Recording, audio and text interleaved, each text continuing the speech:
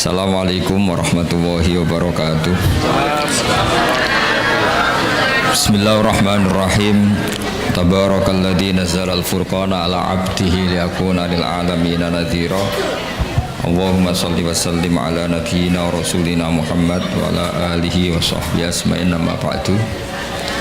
Yang sangat kita hormati Ketua PCI NU Cabang Arab Saudi Bapak Imron Masudi, Bapak Ekdin Konjen, Bapak Syafaat Khofur, semua teman-teman NU, fatayat muslimat yang saya hormati. Makanya NU itu dulu Wali Songo itu mengajarkan itu tidak menguasai negara dulu, tapi menguasai logika.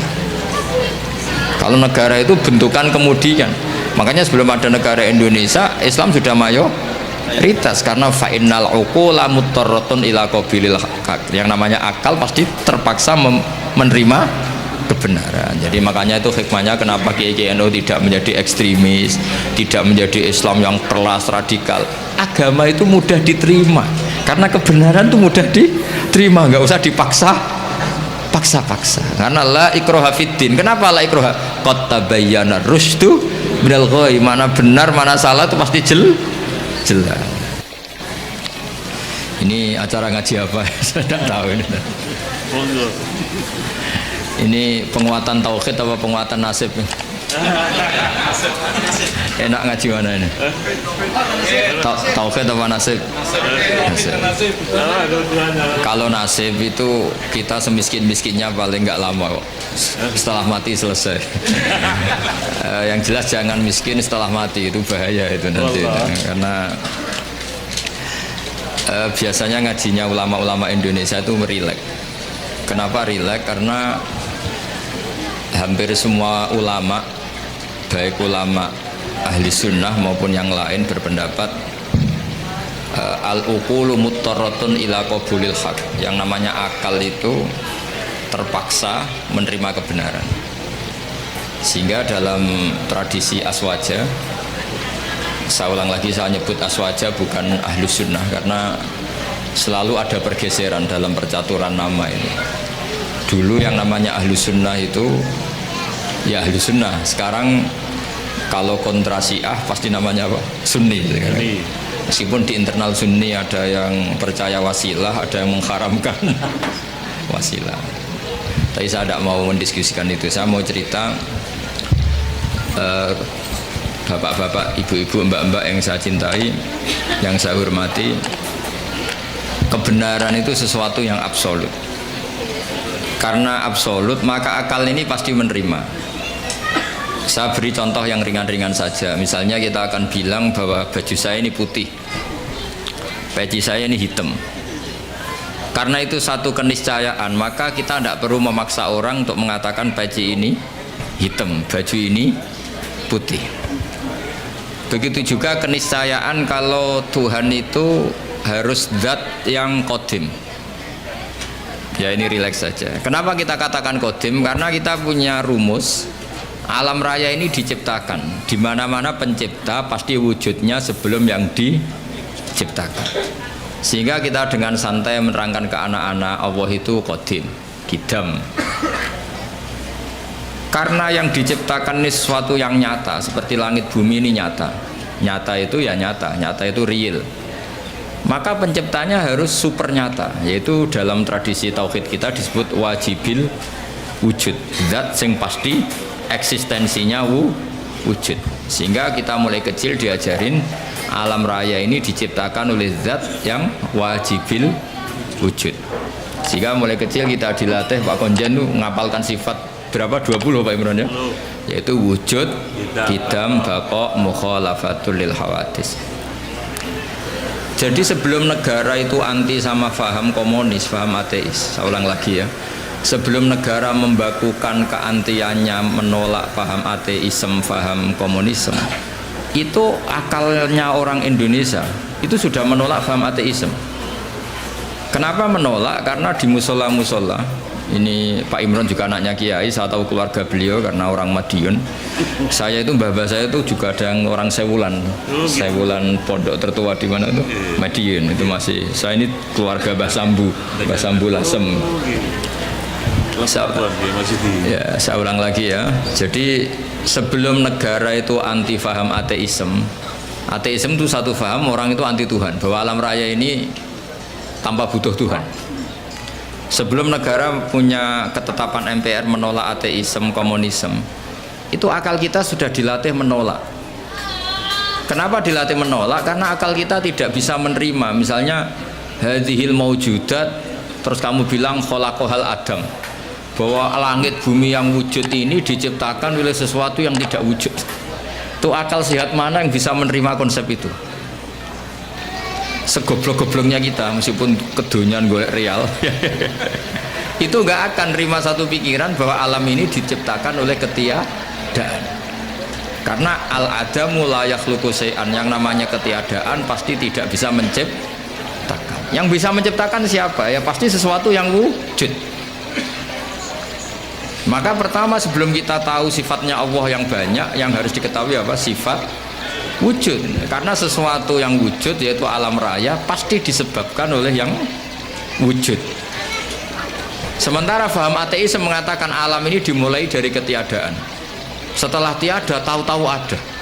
Orang dilatih bilang tahu-tahu. Jadi kira-kira kalau ada apa kotoran ayam ini dari mana? Ya tahu-tahu ada. Ada air ya tahu-tahu ada. Kenapa ada jajan? Ya tahu-tahu ada. Itu kan dijak goblok bareng. Maka agama ini tidak boleh. Jadi penggoblokan itu tidak boleh. Agama ini liqaumi yaqilun, liqaumi yatafakkarun. Bagi yang mau berpikir, bagi yang punya akal. Nah, dengan tradisi penguatan akidah seperti itu, andaikan negara itu tidak membantu kita anti komunisme, itu akal kita sudah menolak. Akal kita sudah menolak. Tapi alhamdulillah akal sudah menolak, negara juga menolak. Sehingga bangsa Indonesia insya Allah jadi bangsa yang mubarakah, bangsa yang diberkahi. Karena sering ada keselarasan antara keputusan Islam dan keputusan negara. Nah, tapi teori saya begini Pak Kunjani, saya pernah ke Korea, pernah ke Thailand, pernah ke Malaysia. Kira-kira di era modern, suatu saat negara ini satu dunia lah, bukan negara, satu dunia ini menjadi globalisme, sudah mengglobal. Dan nanti ideologi, akidah atau pemikiran itu pasti bebas, karena dianggap itu hak asasi manusia. Maka saya minta madrasah sini juga yang lain-lain. Nanti pertarungannya adalah pertarungan logika. Karena negara tidak terlalu bisa diharapkan tadi. Misalnya negara Uni Soviet itu kadung komunis. Misalnya. Negara Cina kadung komunis. Korea Selatan juga begitu. Beberapa negara Eropa kapitalisme. Dan beberapa negara yang lain sudah milih ideologi tertentu. Kalau kita mengandalkan negara, maka pertarungan-pertarungan akal itu tidak pada semestinya. Tapi kalau kita mengandalkan al-barohin wal hujjat, itu adalah logika yang disebut oleh Allah qul falillahil hujjatul baligho. Itu maka Islam itu akan nyaman. Saya beri contoh begini, misalnya kita ngajar di Eropa atau di Amerika, kita bandingkan saja, kamu milih Tuhan yang sebelum ada alam raya ini atau Tuhan yang sudah lahir di bumi.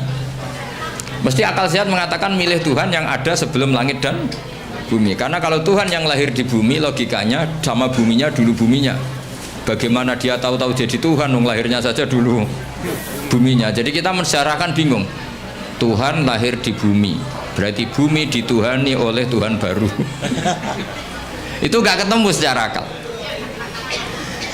Sehingga Allah itu sering kalau ingin menafikan itu mentidak Tuhankan yang tidak Tuhan ya. Menafikan itu apa? Mentidak Tuhankan yang tidak Tuhan. Itu Allah dengan cara sederhana. Sederhana itu mudah. Jadi dulu yang namanya Jubair bin Mut'im itu adalah mediator kafir Quraisy yang disuruh membebaskan Asra Badrin, tawanan perang-perang apa? Badar. Karena dia orang cerdas, dia jadikan mediator untuk nego sama Rasulullah SAW. Ketika nego, kebetulan dia nginep di sana, maghrib Nabi baca surat Wattur wa kitabim mastur fi rokim mansur wal baitil ma'mur wasaqfil marfu. Sampai satu logika tentang Tuhan, yaitu ayat am khuliqu min ghairi syai'in Amhumul khaliqun. Masa alam raya ini diciptakan tanpa sebab? Syai' itu huwa al-mawjud. Jadi wa indana syai'u huwal mawjudu. Masa alam raya ini yang mawjud, yang punya eksistensi, yang wujudnya nyata, kemudian diciptakan oleh sesuatu yang tidak wujud. Akhirnya Jubair bin Mut'im itu mikir, amhumul khaliqun, atau memang kalau kamu gak percaya Allah itu gak ada, apa jangan-jangan mereka kalian semua ini yang menciptakan langit bumi? Makanya dipertanyakan Allah, am khalaqus samawati wal ard.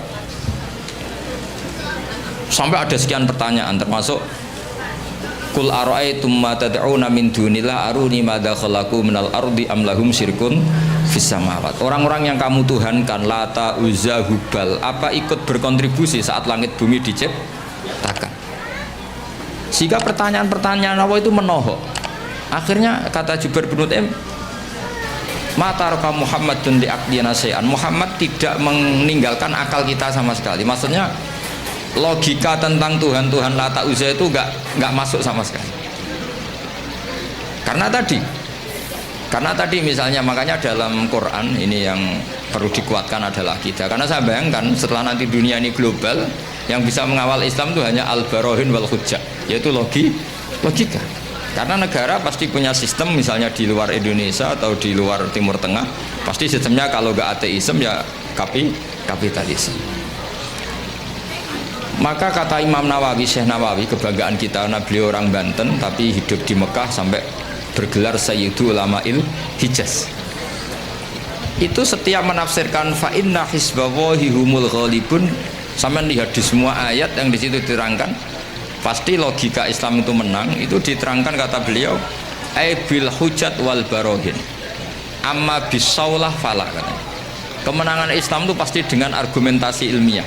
Kalau soal kekuasaan itu tidak mesti. Kita tahu Rasulullah pernah kalah di perang Uhud, dan itu Allah dengan enteng ya, dengan santai ngendikan watilkal ayam nudawiluha bainan nas. Kalau perang itu pertarungan fisik antar manusia, sehingga bisa saja Rasulullah yang hak kadang-kadang kalah, yaitu kayak di perang Uhud. Tapi Rasulullah sebagai pembawa kebenaran, yaitu yang sesuai dengan akal sehat, itu ayatnya ja'al haqqu wa zahaqal batil innal batila kana zahuqa. Jadi misalnya begini, saya beri contoh, Zaid sama Umar misalnya, kata Umar 1 tambah 1 itu 2, kata Zaid 3. Mungkin dalam pertarungan yang bilang 2 itu kalah, mati. Tapi dalam logika 1 tambah 1 2 itu akan menang selamanya lama, karena 1 tambah 1 3 itu sesuatu yang batil atau yang mukhal. Fir'aun bisa jadi Tuhan saat dia kuasa. Musa terdesak karena dia seorang raja. Semua orang Mesir dipaksa menuhankan Fir'aun. Fir'aun bisa menang. Buktinya beberapa orang yang tidak mengakui Fir'aun Tuhan mati terbunuh. Berarti Fir'aun menang sebagai raja dia, tapi tidak akan menang sebagai logika, karena logika manapun menolak ketuhanan Fir'aun. Makanya ketika Rasulullah diberi kekalahan dalam perang fisik, istilahnya Allah watilkal ayyam nudawiluha bainan nas. Ini pertarungan antar manusia, bukan antar hak dan batil. Kalau antar hak dan batil pasti ja'al haqqu wa zahaqal batil. Kalau barang hak itu ada, pasti yang batil ini hilang. Fa innal batila ma la wujudalah. Yang namanya batil sesuatu yang enggak punya eksistensi. Makanya sebagian Quran mengistilahkan qul ja'al haqqu wa ma yubdi'ul batil wa ma yu'id. Sesuatu yang batil itu bermula saja enggak pernah. Yubdi itu maknanya bermula. Bermula saja tidak pernah, apalagi bereksistensi. Bermula saja tidak pernah. Pernah enggak 1 ditambah 1 jadi 7? Kan enggak kan? Bermula saja enggak, apalagi mempertahankan apa? Eksistensinya. Jadi kira-kira Fir'aun ya tidak pernah Tuhan, Namrud ya tidak pernah Tuhan, begitu juga yang dipertuhankan selain Allah selamanya nggak pernah sebagai Tuhan. Karena apa? Yang dikatakan Tuhan adalah zat yang paling punya pengaruh pada alam raya ini, tentu harus bersifat qadim. Nah sementara Fir'aun ada tanggal lahirnya, Tuhan-Tuhan yang lain juga ada tanggal lahirnya, bahkan ada tahunnya 2000 berapa gitu. Nah, itu kalau alam raya umurnya 5000 tahun saja sudah bingung Tuhannya, karena dulu alamnya. Sehingga ketika Fir'aun merasa sebagai Tuhan, itu cara mengalahkan Musa itu tidak dengan kekuasaan tapi dengan argumentasi. Yaitu ketika Fir'aun tanya Musa, lalu kalau kamu punya Tuhan yang lain, Tuhan kamu siapa? Kata Musa, yang menuhani langit bumi, Rabbus samawati wal ard. Fir'aun masih bisa ngeles. Kata Fir'aun, saya sering jalan-jalan, yang dituhankan orang itu saya. Makanya kata Fir'aun, ma'alim tulakum min ilahin ghairi, setahu saya yang dituhankan itu saya. Soal kemungkinan Tuhan Musa ada di langit, terus dia manggil Haman. Haman itu arsitektur handal. Ya Hamanu bnili sorhal ali ablughul asbab as-samawati fa'attali'a ila ilahi Musa. Haman bikinkan piramida yang tinggi supaya saya bisa melihat Tuhannya Fir'aun. Tuhannya siapa? Musa. Andai kan adu argumentasi ini nunggu piramida jadi, maka Musa akan kalah. Karena setelah dilihat pun Tuhan tidak akan pernah kelihatan. Maka Musa agak mau, kalau pakai logika itu Musa pasti kalah. Tapi Musa pakai logika sederhana yang Fir'aun itu terperanjat dan menjadikan orang sekeliling Fir'aun menjadi mukmin, yaitu dengan logika Rabbukum wa Rabbu abaikumul awwalin, yang menuhani nenek moyang kamu. Itu kaget Fir'aun. Orang-orang juga langsung jadi mukmin, yang meskipun yaktumu imana, menyembunyikan apa? Karena logikanya kalau Fir'aun Tuhan berarti buyutnya tanpa Tuhan. Kan zaman buyutnya Tuhannya belum lahir. Berarti ini ada makhlukun yataqaddamu khaliqan, ada makhluk mendahului Tuhan. Sehingga orang-orang terus mikir, oh, Fir'aun geblek tenan, pangeran udah mbah di buyut. Kalau di mbah di buyut berarti buyutnya tanpa pangeran, karena pangerannya datang terlambat. Ya kan, Fir'aun kan punya bin. Terus sementara dia yang Tuhan, bapaknya enggak Tuhan, mbahnya enggak Tuhan, buyut-buyutnya. Berarti Tuhan, anak cucu tidak Tuhan. Logika itu tidak masuk. Maka kita mulai kecil di musala-musala diajarkan wujud, qidam, baqo. Logikanya gampang saja. Alam raya ini kadung wujud. Kalau kadung wujud, nggak boleh kita punya rumus ini alam yang wujud diciptakan oleh yang tidak wujud. Itu mbok akal paling nggak waras pun. Ini gimana? Suatu yang tidak wujud berperan pada yang wujud. Pasti nggak masuk akal. Makanya kata Ibnu Hajar al-Asqalani, penyarah kitab Bukhari, yaitu disebut kitab apa? Fathul Bari Bisyarhil Bukhari. Itu beliau ngendikan salasun mangkun nafihi wajada halawatal iman. 3 hal ini kalau kamu tahu, kamu merasakan, akan menemukan manisnya iman. Itu kata Syekh Ibnu Hajar al-Asqalani, ngendikannya begini, wa hadza huwa al-musamma bil iltizat al-aqli. Sama saya ingat, ini yang dinamakan kenyamanan secara berpikir. Jadi halawatal iman menurut beliau adalah orang yang sampai ke rutbatul iman, ke derajat iman karena kekuatan berpikir. Misalnya begini, kamu bisa tidur gak kira-kira kalau dipaksa oleh satu ideologi yang jadi Tuhan tuh Fir'aun. Dia lahir di bumi, punya bapak, mbah-mbahnya gak Tuhan, yang mulai Tuhan ya Fir'aun itu. Karena dia Tuhan maka dia pencipta mbah-mbahnya, padahal dia datang terlambat. Itu otak kamu paksa nerima itu tuh gak bisa nerima. Karena aneh, Tuhan kok datang terlambat. Fir'aun itu Tuhan, tapi lahirnya sama wujudnya dulu bumi yang dituhani. Mesti kamu kan balik loh, podo-podo pangeran aduk bumi ini, tidak Fir'aun kan gitu. Nah, beda dengan akidah Islam. Akidah Islam itu yang membuat kita bisa tidur nyaman, merasakan halawatul iman, karena alam raya ini diciptakan oleh zat yang lebih dulu ketimbang alam raya ini. Zat ini karena pencipta bersifat super, terus oleh ulama disebut wajibil wujud. Karena pencipta datangnya harus lebih awal timbang yang diciptakan, sehingga zat ini berstatus qadim atau al-awwal. Karena dia pencipta maka dia superior, karena superior tidak terkalahkan, maka zat ini bersifat baqo, wujud, qidam, baqo. Karena zat ini super maka nggak boleh ada kembarannya. Pak Imron saja nggak mau ditandingi apalagi Tuhan. Karena Tuhan itu super, kalau super nggak boleh la syari kalah, harus nggak ada kembarannya, nggak boleh ada 2 matahari kembar, apalagi ini Tuhan, maka bersifat mukhalafatul hadis. Karena wujudnya Tuhan sebelum ada yang lain, maka dia harus nggak butuh orang lain, dan nggak butuh orang lain disebut qiyamuhu binafsihi. Dia harus bisa menjaga eksistensinya sendiri.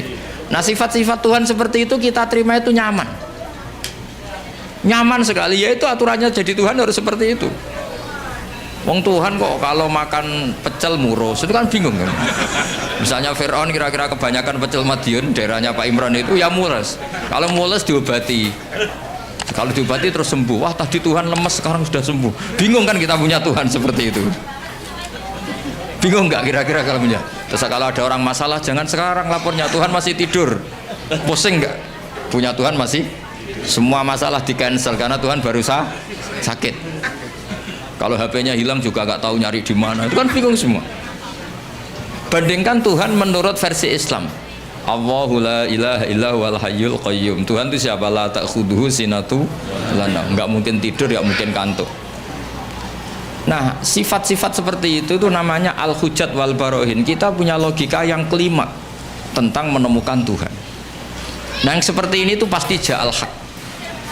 Jika saya pernah ditanya, saya ini karena ngajar di Jogja, di daerah akademisi. Pak, suatu saat kalau ada perbandingan agama, boleh enggak? Saya bilang boleh. Yang penting enggak perbandingan pemeluk agama. Karena kalau Islam dibandingkan non-Islam pasti yang menang Islam. Liyudhirahu ala dini kulli. Makanya dulu masyhur itu ada perdebatan Ahmad Didat sama seorang non-Muslim antara Tuhan Allah dan Tuhan yang lainnya. Itu banyak mahasiswi dari Swiss, dari Swedia bilang sepertinya Tuhan Anda lebih menarik. Karena disifati Tuhan Islam adalah sebelum ada alam raya ini tidak ada kembarannya, tidak ada macam-macam, pokoknya tidak ada yang salah. Sementara Tuhan yang lainnya lahirnya di bumi, ada tanggalnya, pernah kecil, mungkin pernah kalau jalan jatuh, mungkin pernah macam-macam, sehingga nggak meyakinkan berstatus sebagai apa? Tuhan. Nah, kalau kamu cara beriman seperti ini namanya sudah ja'al haqqu wa zahaqal batil. Maka harus dibedakan Islam dan orang Islam. Kalau orang Islam mungkin di daerah yang mayoritas Muslim copetnya juga Muslim, nanti koruptornya juga Muslim, sehingga nggak bisa dibanggakan Muslimnya. Tapi kalau Islamnya selalu bisa dibanggakan. Makanya saya bilang kalau ada perbandingan agama itu ya Islamnya, jangan orangnya. Kalau orangnya ya repot. Di daerah yang kebetulan malingnya Muslim ya Muslim, koruptornya juga Muslim, pencopetnya nanti juga Muslim. Bahkan ada raja tertentu yang mengatasnamakan raja Islam itu selirnya sampai 30. Mana ada Islam menghalalkan sampai 30. Tapi itu kan orang Islam, bukan aturan Islam. Nah itu kan repot. Nah sekarang yang kita sesali kajian agama atau perbandingan agama itu yang dikaji itu orangnya, sehingga kita sering kalah. Misalnya nyuwun sewu beberapa negara tertentu yang mengatasnamakan negara Islam sering perang. Terus itu dianggap cerminan Islam, padahal Islam rahmatal lil alamin. Tapi kalau orang Islam yang tidak rahmat ya banyak yang selalu suka menzalimi orang lain. Maka kita harus hati-hati mana perilaku seseorang dan mana itu Islam. Sehingga perang itu, perang zaman Nabi itu ada perang nudawiluha bainan nas, perang yang dihitung sebagai manusia. Ada perang yang dihitung bainal haqqi wa bainal batil. Kalau perang itu antara pertarungan benar dan salah, pasti yang menang itu benar. Karena tadi qul ja'al haqqu wa ma yubdi'ul batilu wa ma yu'id. Sesuatu hak itu pasti datang, maknanya pasti punya eksistensi. Seperti putih. Putih ini ya memang putih, punya eksistensi putih. Yang mengatakan ini hitam meskipun dalam pertarung menang tetap dia kalah. Bisa saja mengatakan baju saya putih itu kalau duel fisik menang yang mengatakan hitam.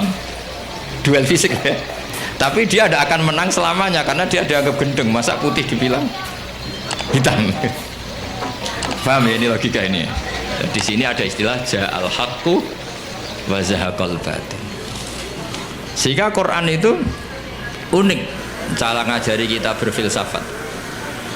Kalau ada kalimat itu salah itu disebut kata Quran kaburat kalimatan takhruju min afwahihim. Ada satu kalimat atau perkataan yang menjadi kalimat itu karena diucapkan oleh lisan.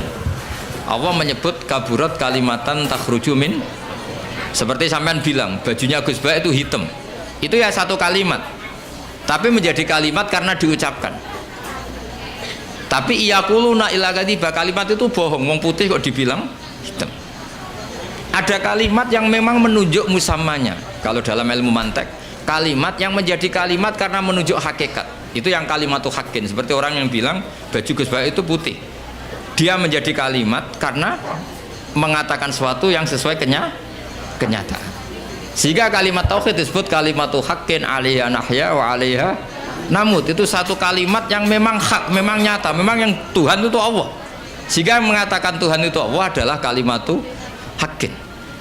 Tapi yang mengatakan misalnya Fir'aun itu Tuhan, itu disebut kalimatul batil, menjadi kalimat karena diucapkan, bukan karena menunjuk hakikat. Paham ya ini ya? Itu hebatnya Quran melatih kita. Jadi ada kalimat penunjuk kebenaran, ada kalimat menjadi kalimat karena diucapkan. Makanya disebut kaburat kalimatan takhruju min afwah. Sehingga kalimat itu punya problem. Problemnya apa?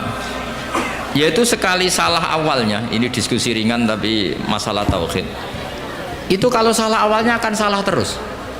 Sehingga Nabi Adam pertama diajari Allah itu tentang penamaan sesuatu, wa 'allama Adamal asma. Karena semua kemusyrikan itu dimulai dari salah nama.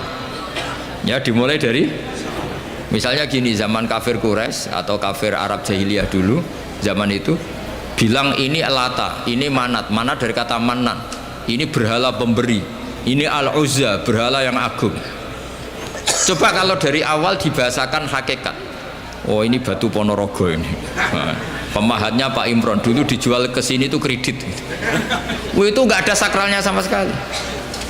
Karena menjadi sakral atau disakralkan karena inhiya illa asmaun samaitumuha antum wa abaukum, karena kamu salah memberi nama maka ini mendapat posisi. Jadi ini dikatakan Al-Manan, pemberi, Al-Manat, Al-Uzza yang aku. Coba kalau dari awal berhala itu dikatakan apa? Wah ini batu pahatannya siapa ya, harganya berapa ya? Kan sudah ada kepikiran menuhankan. Terus ketahanannya sampai kapan ya kalau sering kena hujan, kena panas? Wah itu kan nggak keren sama sekali. Tapi gara-gara salah nama, awas tuh nak mbok pisau kualat. Kalau tidak kamu mandikan kualat. Kalau tidak kamu sembah, walah, terus ada teror-teror ini, terus akan-akan ini Tuhan. Maka semua kesalahan manusia itu dimulai dari salah memberi nama. Makanya Mbah Mun itu gak suka kalau ada nama salah itu. Termasuk beliau ngeritik wong Jawa nak digawe jenenge ewoh. Ewoh itu kan ribet. Mulane akhirnya ribet tenan, wong darane apa? Darane apa? Ewoh. Ewoh itu maknane repot. Makanya ulama dulu itu kalau guyon itu mau lucu-lucunan tok. Imam Syafi'i itu pernah dikasih tahu orang yang tadi nyucup jenengan, yang sama jenengan dohirnya takdim, itu setelah keluar dari jenengan ngerasani jenengan, berarti dia munafik. Tapi jawab Imam Syafi'i itu lucu, enggak ada apa-apa. Kenapa? Berarti saya wibawa, ngomong di depan saya agak berani gitu. Jadi dianggap enteng saja. Jadi itu Imam Syafi'i. Diceritain itu sekian orang tetangga kamu itu gak seneng kamu, itu gimana kamu Imam Syafi'i? Baguslah kalau gak seneng saya. Kenapa? Oh nak seneng malah utang katanya. Masyhur itu makalah Imam Syafi'i. Waman asa ilaika faqat atlaqaka. Orang yang berburuk sama kamu itu artinya membebaskan kamu. Coba orang yang gak seneng kamu pernah gak pinjam mobil? Gak pernah kan? Utang duit? Gak pernah. Justru yang seneng-seneng itu yang kadang-kadang pinjam. Jadi Imam Syafi'i itu nanggapi dunia itu enteng saja, karena dia tahu bahasa yang benar itu tahu. Jadi enteng. Ulama dulu itu gampang.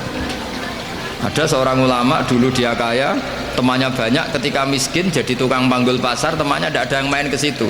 Diprovokasi sama temannya, sudah kamu miskin nggak ada yang jenguk, berarti kamu dilupakan teman-teman kamu. Jawabnya baguslah kalau teman saya lupa saya. Kenapa? Kalau mereka ingat terus melihat saya jadi tukang panggul pasar, betapa malunya saya. Baguslah kalau lupa, jadi miskin saya nggak jadi tontonan. Jadi ulama dulu tuh segampang itu. Karena ilmunya banyak, jadinya melihat fakta itu gampang saja. Ada pembantunya Abu Yazid Al-Bustami itu dikasih uang kira-kira mungkin ya 20 real itu, suruh beli daging, ternyata dagingnya harganya 50 real. Ini nggak cukup, daging naik mahal, maka uang ini nggak cukup. Jawabnya Abdul Qasim Al-Junaidi, Abu Yazid, arkisuhu bistarki, jadi arkisuhu bitarki. Ya bikin murah saja. Loh 20 aja gak cukup, oh dibikin murah. Ya menjadi mahal karena kamu ingin beli. Kalau gak ingin beli kan tidak mahal, ya sudah gak usah beli. Jadi ulama dulu itu enteng sekali. Makanya banyak ulama dulu itu punya istri cerewet, judes tetap jadi wali. Karena kalau istrinya judes itu katanya dia, wah ini tambang pahala. Karena mensabari orang judes itu ibadah. Maka bilang istrinya, monggo teruskan. Nah selama ini kan enggak, kalau istri kita judes kita bilang, oh ini kita lelaki kok dimarahin istri, harga diri kita itu berpikir yang salah. Ini tambang pahala. Tambang apa? Dan kalau judes itu bagus. Kalau rukun malah minta belanja, malah mahal. Coba kalau sedang mesra itu mintanya istri apa? Belanja kan? Murah mana? Pas marah sama pas rukun? Biayanya itu. Murah mana? Pas neng-nengan sama pas harmonis? Mahal mana? Mahal pas harmonis. Maka anggap saja gitu, pas neng-nengan alhamdulillah ini jedeng. Meskipun dimarahi terus lama-lama jantungan mati. Jadi mau saya cerita, jadi ulama dulu itu gampang sekali. Karena sekali sesuatu itu salah nama, itu bahaya. Makanya pertama Nabi Adam diajari wa 'allama Adamal asma. Maka alhamdulillah kita dari awal mengatakan bumi ini makhluk diciptakan, manusia juga makhluk diciptakan. Sehingga status kita, andikan kita dari awal mengatakan Fir'aun makhluk, Nabi Isa juga makhluk, mungkin nggak menuhankan orang yang berstatus makhluk. Tapi kita kadang nggak mengatakan manusia itu manusia super, yang seakan-akan hidupnya nggak butuh orang lain. Maka saudara Rasulullah ketika begitu bangganya dikatakan gelar saya terbaik kata Nabi adalah Abdullah, hamba Allah. Karena Nabi gak ingin nasibnya seperti Nabi Isa. Justru dengan gelar Abdullah itu Nabi gak akan dituhankan karena berstatus Abdullah itu berstatus Abdul. Jadi Islam ini juga harus dikawal oleh jangan sampai kita keliru memberi penamaan. Saya di Jogja sering memberi saran ke bapak-bapak ibu, kalau kamu bilang anak, wah ini anak nanti membiayai setelah kuliah biaya lagi, nikah biaya lagi, maka kamu lihat anak ini problem. Tapi kalau kamu melihat anak ini penerus sujud saya, penerus kebaikan saya, kalau saya sudah mati tabungan saya adalah di anak. Saya sujud, anak saya sujud, cucu saya sujud, cucu saya penyembah Allah, pecinta Rasulullah. Maka melihat anak ini sebagai penerus kebaikan, maka menganggap anak itu penting. Sehingga Allah kalau mengistilahkan anak itu apa? Walladzina amanu wattaba'athum dzurriyyatuhum biimanin. Kita melihat anak itu, ini generasi penerus iman saya, ini generasi penerus sujud saya, maka kita melihat anak ini senang. Tapi kalau dari awal melihat sebagai apa? Beban, maka terus anak ini problem. Sampai kalau asik kumpul istri terus jadi hamil. Loh kok hamil padahal saya ada ingin. Anak-anaknya sendiri, loh hamil padahal saya ada ingin. Apalagi kalau terpaut setahun. Loh anakmu kok kacek sidik, kesundulan aku yurah niat. Jadi ini baru ada nih. Sedang ada nama. Belum. Jadi saya mohon sekali, jadi agama ini hanya bisa dikawal dengan al-hujjat atau logika. Makanya dikatakan Allah wa tilka hujjatuna atainaha Ibrahim ala qaum. Tapi sekarang banyak orang itu nggak berlatih argumentasi, sehingga di tradisi Aswaja NU orang harus hafal akidatul awam, harus hafal sifat wajib 20, sifat muhal 20. Terus sifat wajibnya Nabi 4, sifat mukhalnya Nabi 4, sifat jaiznya 1. Tanpa itu semua kita tidak bisa ngawal apa? Islam. Karena pertarungan duniawi itu menyudutkan Islam. Misalnya Anda bilang, katanya orang Islam itu hidupnya fid dunya hasanah, orang Ethiopia kok miskin-miskin, kamu tidak bisa jawab. Tapi kalau kamu membela Islam dengan logika, misalnya mereka menuhankan makhluk yang lahir di bumi, kamu menuhankan zat yang adanya sebelum langit dan bumi. Kira-kira kalau adu argumentasi menang mana? Keabsahan sebagai Tuhan. Tentu lebih logis yang ada sebelum langit dan bumi yang layak berstatus sebagai Tuhan. Nah itu yang harus mengawal Islam itu, liqaumi ya'qilun liqaumi yatafakkarun. Sehingga dulu Nabi itu kalau menerangkan tauhid itu gampang sekali. Saya berkali-kali cerita kalau ngaji dulu orang kafir jahiliyah itu Tuhannya banyak karena problemnya banyak. Sehingga ketika Nabi mengajarkan satu konsep Tuhan satu atau tauhid, itu mereka bilang gini, aja'alal alihata ilaha wahida inna hadza la syai'un ujab. Masa urusan banyak kok Tuhannya satu, ini aneh. Makanya mereka bilang apa? Aja'alal alihata ilaha wahida. Masa Tuhan yang banyak menjadi satu, ini aneh. Problem kita banyak, kasus kita banyak. Harusnya Tuhannya juga banyak. Terus Nabi secara santai menerangkan, kalau kamu jadi pembantu atau jadi budak terus punya majikan banyak, perintahnya beda-beda, kamu pusing enggak? Wah ya pusing Muhammad, mendingan majikan satu. Terus kanjeng Nabi bilang, inna rabbakum sayyidukum, Tuhan kamu adalah majikan kamu. Kalau Tuhannya banyak merintahkan semua, pusing kamu. Ya sudah mat, Tuhannya satu saja. Itu yang dimaksud daraballahu mathalar rajulan fihi syuraka'u mutasyakisuna wa rajulan salamal lirrajul hal astawiyani masalah. Alhamdulillah, Allah membuat satu perumpamaan, ada orang punya majikan banyak yang perintahnya beda dengan orang yang hanya mengabdi satu majikan. Kira-kira kamu milih mana? Milih yang satu majikan. Terus ketika mereka menuhankan berhala itu, Nabi bikin contoh itu sederhana sekali. Daraballahu masalan abdam mamlukan. Allah memberi satu perumpamaan begini. Nabi itu pidato begini, andaikan ada budak yang buta, sudah buta tuli, kamu mau nggak tak kasih pembantu yang seperti itu? Wah ya nggak mau Muhammad, pembantu kok malah ngerepotin ya. Berarti itu nggak sah jadi pembantu, nggak sah. Lalu jadi pembantu saja nggak sah, kok jadi Tuhan? Yaitu berhala itu kalau potong tangannya terputus ya dibangun lagi, kalau kotor dimandikan. Itu kan Tuhan kok ngerepotin. Jadi abdan itu makanya disebut wator bawa masalah rojul ini ahaduma abkam. Abkam itu nggak bisa ngomong, layak diru ala sein, melakukan apa saja nggak bisa. Wahwa kalun ala maulah, adanya hanya merepotkan. Jadi Nabi bikin satu logika, kamu mau nggak punya pembantu yang buta, yang bisu, yang tidak bisa melakukan apa-apa. Wahwa kalun ala maulah, yang adanya hanya merepotkan. Mereka jawab nggak mau Muhammad. Nah sekarang Tuhan kamu yang kamu sembah itu Lata Uzza, itu kan merepotkan. Kalau kotor kamu mandikan, kalau ada yang potong terputus kamu tata lagi. Itu logika. Sehingga terus orang kafir Mekah itu iman itu dengan logika. Itu yang dimaksud lam yakunil ladzina kafaru min ahlil kitabi wal musyrikina munfakkina hatta ta'tiyahumul bayyinah. Orang musyrik selalu dengan logika kemusyrikatan, sehingga datanglah al-bayyinah, logika yang begitu jelas. Itu siapa? Rasulun minallah yatslu suhufam mutahharah. Nah sekarang makanya saya minta sama PCI NU, sama lembaga-lembaga aswaja NU, jangan pernah melupakan kajian tauhid, kitab-kitab yang diajarkan guru-guru kita, yaitu misalnya kitab Aqidatul Awam, karena ini yang mengawal Islam. Saya pernah di PCI NU Korea, itu mereka tauhidnya mantap, melihat ateis itu kayak melihat kebodohan. Orang kok tidak punya Tuhan, dan ceritanya aneh-aneh. Itu kalau ada majikannya yang baik, anak-anak NU yang di sana kerja itu minta fasilitas sholat, itu ditanya sama orang ateis, minta dibeliin berhala enggak, karena aneh. Jadi ada yang sholat itu dilihat dari atas gini, orang Islam kok aneh, sholat kok enggak ada yang disembah.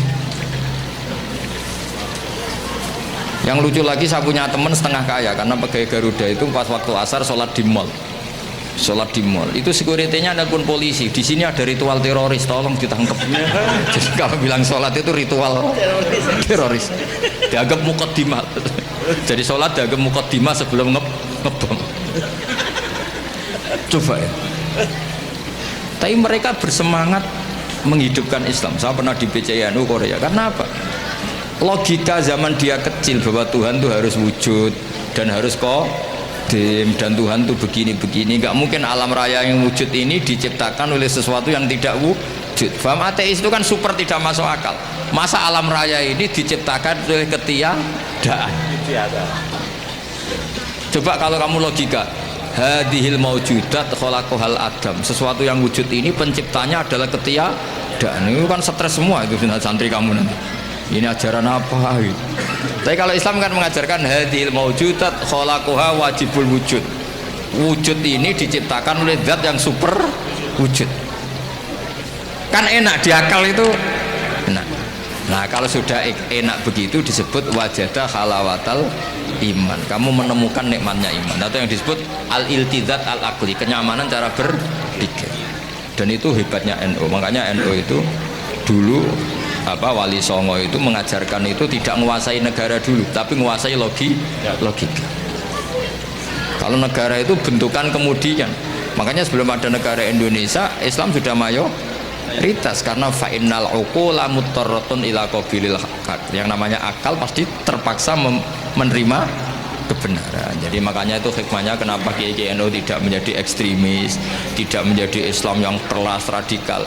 Agama itu mudah diterima, karena kebenaran itu mudah diterima, nggak usah dipaksa. Karena la ikraha fiddin. Kenapa la ikraha? Qad tabayyana rusydu minal ghayy. Mana benar mana salah itu pasti jelas. Ya, saya kira demikian. Assalamualaikum warahmatullahi wabarakatuh. Bismillahirrahmanirrahim. Subhanallah walhamdulillah wa la ilaha illallah wallahu akbar wa la haula wa la quwata illa billahil aliyil azim. Adada ma khalaqa wa adada ma huwa khaliq wa zinata ma khalaqa wa zinata ma huwa khaliq wa mil'a ma khalaqa wa mil'u ma huwa khaliq wa mil'a samawati wa mil'a ardihi wa misla dzalika wa atafa dzalika wa adada khalqihi wa zinata arsyihi wa muntaha rahmati wa mitata kalimati wa ma balagha ridahu hatta yarda wa idza radiya wa adada ma dzakarahu fi khalqu fi jami'i ma madha wa adada ma hum dzakiruhu fi ma baqiya fi kulli sanatin wa syahrin wa jum'atin wa yawmin wa lailatin wa sa'atin wa sa'at wa syummin wa nafasin nafas wa abadil abad min abad dunya wa abadil abad aksafan la yanqati awwaluhu wa la yu'addu akhiruhu ya Allah. Allahumma ya Allah, inna nas'aluka minal khairi kulli ajilihi wa ajilihi ma alimna minhu wa ma lam na'lam wa a'udzubika minasyarri kulli ajilihi wa ajilihi ma alimna minhu wa ma lam na'lam wa nas'aluka ya Allah al-jannata ma qarraba ilaiha min qawlin wa amalin wa na'udzubika minan nar ma qarraba ilaiha min qawlin wa amalin wa nas'aluka ya Allah minal khairi ma salaka abduka rasuluka Muhammadin sallallahu alaihi wasallam wa nasta'idzuka mimma sta'adza minhu abduka rasuluka Muhammad wa nas'aluka ya Allah ma qadaita lana min amrin antas'ala akibata urustan bi rahmatika ya arhamar rahimin ya hayyu ya qayyum bi rahmatika nastaghits la takilna ila nafsina tarfata ainin wa aslih lana sya'nana kullah rabbana atina fid dunya hasanah wa fil akhirati hasanah wa qina adzabannar sallallahu alaihi wasallam Muhammad sallallahu alaihi wasallam subhana rabbika rabbil izzati amma yasifun wa salamun rabbil alamin. Bismillahirrahmanirrahim. Alhamdulillahi rabbil alamin. Ar-Rahmanir Rahim. Maliki yaumiddin. Iyyaka na'budu wa iyyaka nasta'in. Ihdinas siratal mustaqim.